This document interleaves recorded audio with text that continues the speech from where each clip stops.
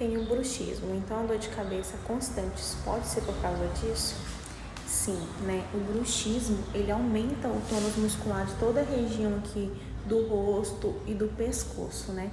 Essa tensão muscular, ela aumenta a intensidade da dor de cabeça. E a fisioterapia, com técnicas especiais, técnicas manuais e movimentos específicos, consegue diminuir o tônus muscular e, consequentemente, a dor de cabeça vai diminuir.